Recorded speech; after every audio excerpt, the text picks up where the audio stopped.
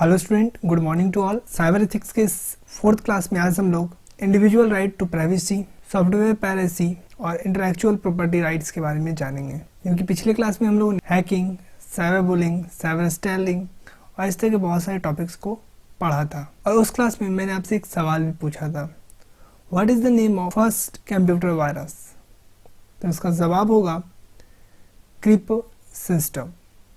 Creeper system computer का first virus है।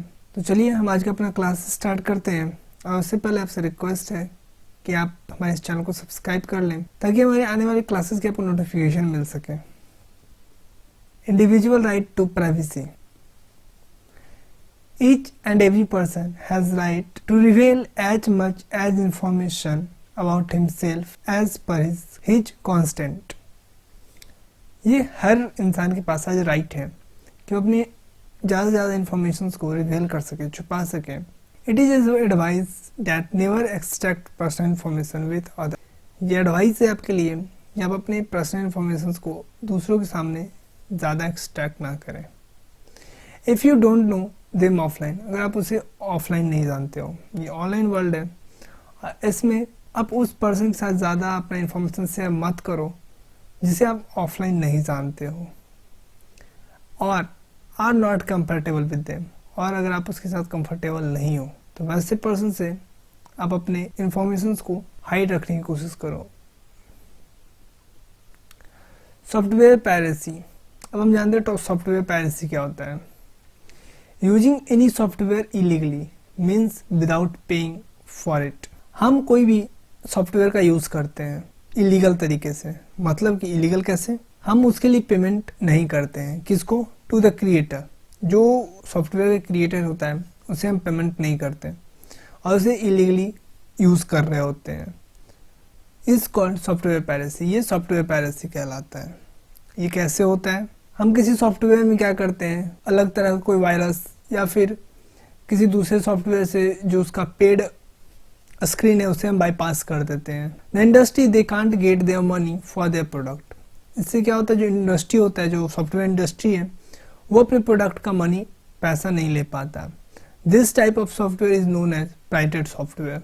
और इस तरह के हम सॉफ्टवेयर को क्या कहते हैं? Pirated software. इलीगल तरीके से यूज करना सॉफ्टवेयर का सॉफ्टवेयर पायरेसी कहलाता है।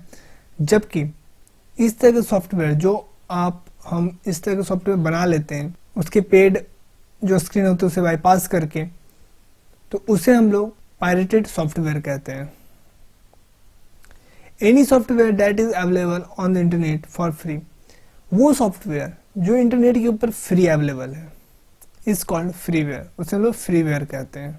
अब आप सोच रहे होंगे कि यहाँ पे आपको लिखा हुआ है कि इस तरह से कंपनी को तो बहुत नुकसान होता है, इंडस्ट्री अपने पैसे नहीं ले पाते हैं, पर यहाँ पे आपको बिल्कुल इसके विपरीत लिखा हुआ है, any software that available on internet for free. जो फ्री अवेलेबल हो इंटरनेट के ऊपर। तो ये सॉफ्टवेयर डाउनलोडिंग के लिए पैसे लेती, आपसे और हमसे तो नहीं लेती, लेकिन हाँ, जैसे कि गूगल के सर्वर पे अवेलेबल है तो वहाँ से जो डाउनलोड होता है वो उसे पैसा देते हैं। जैसे भी प्ले स्टोर हमारे एप्लीकेशन को रखता है, उसके बदले जो डाउनलोडिंग होता है उसका वो पैसा एप्लीकेशन बनाने वाली कंपनी को देता है।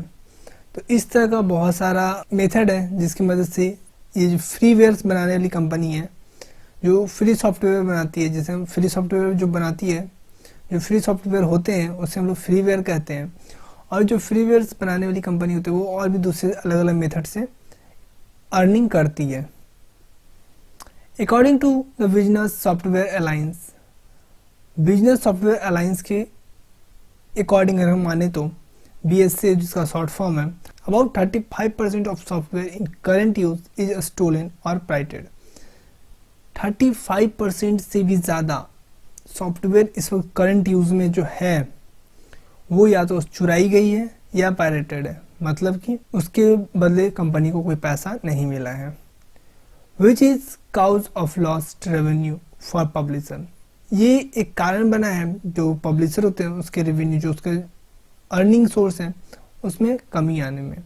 And the result in the higher pricing for the consumer. और जो कंज्यूमर है उस कंपनी के, उसके सामने क्या मुसीबतें आती है? जो आपका जो सॉफ्टवेयर होता है, जो सॉफ्टवेयर परचेज करते हैं उसका रेट काफ़ी हाई करके उन्हें बेचा जाता है, क्योंकि कहीं ना कहीं से तो कंपनी को भरपाई करनी है। तो वो क्या करती है, जो अपने कंज्यूमर है उसके ऊपर ही ये बोझ को लाद देती है और उससे high amount of money paid करवाती है। अब हम इंटेलेक्चुअल प्रॉपर्टी राइट्स को जानते हैं। If any person create idea, art work, content, music and other creation of his mind is called intellectual property right. अगर कोई पर्सन अपने दिमाग लगाकर आइडियाज को या कोई आर्ट वर्क, कोई आर्ट क्रिएट करता है, कोई कंटेंट को रेडी करता है, जैसे कंटेंट हमारा इस वक्त अभी मैंने यूट्यूब पे एक वीडियो बनाया, ये हमारा कंटेंट है, कोई म्यूजिक बनाता है या फिर कोई और दूसरी तरह क्रिएशन करता है, उसे हम लोग इंटेलेक्चुअल प्रॉपर्टी राइट कहते हैं। उस प्रॉपर्टी के ऊपर उसका राइट होता है। This right are held by person who create that intellectual property. ये राइट किसका होता है? जो प्रॉपर्टी क्रिएट करता है, जो इंटेलेक्चुअल प्रॉपर्टी क्रिएट करता है उसका राइट उसके ऊपर होता है। If you want to use others intellectual property, आप दूसरे के इंटेलेक्चुअल प्रॉपर्टी का यूज करना चाहते हो, it is important to take permission from the author. ये जरूरी है कि आप उस पर्सन के, जो भी उसका क्रिएटर है, उसका ऑथर से आप उसका परमिशन जरूर लें। अब हम डिजिटल प्रॉपर्टी राइट जानते हैं। It is similar to intellectual property, include with data, information, internet account in the digital world. ये बिल्कुल इंटेलेक्चुअल प्रॉपर्टी की तरह ही है। जो भी आप यहाँ पे ideas, art work, content, music, ये सब कुछ, और उसी तरह से इसका राइट भी है। लेकिन इसके साथ साथ डाटा का क्या मतलब है? आप किससे चैट कर रहे हो, फेसबुक ऊपर चलते हो तो आप किससे चैट कर रहे हो, आप कितने आपके फ्रेंड हैं, या फिर इंफॉर्मेशन, आप कहाँ घूम रहे हो, आपको क्या पसंद है, क्या नहीं पसंद है, आप क्या खरीद रहे हो, इस तरह का इंफॉर्मेशन। इंटरनेट अकाउंट, जैसे में कि आपका Facebook account, Instagram account, WhatsApp account, ये सब डिजिटल प्रॉपर्टी राइट्स के अंदर आता है। इसके ऊपर भी आपका पूरा राइट है। ये डिजिटल वर्ल्ड में इंटेलेक्चुअल प्रॉपर्टी राइट के साथ साथ आपको डिजिटल प्रॉपर्टी राइट भी मिलता है। और डिजिटल प्रॉपर्टी राइट में क्या क्या आते हैं? डाटा आते हैं, आपके इंफॉर्मेशन आते हैं, इंटरनेट अकाउंट आते हैं, और उसके साथ साथ जो आप आर्ट वर्क, आइडियाज, म्यूजिक, ये सब जो क्रिएट किए हो वो भी डिजिटल प्रॉपर्टी राइट के अंदर आते हैं।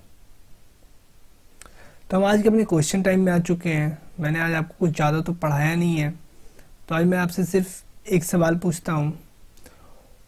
Who is the first white hat hacker of the India?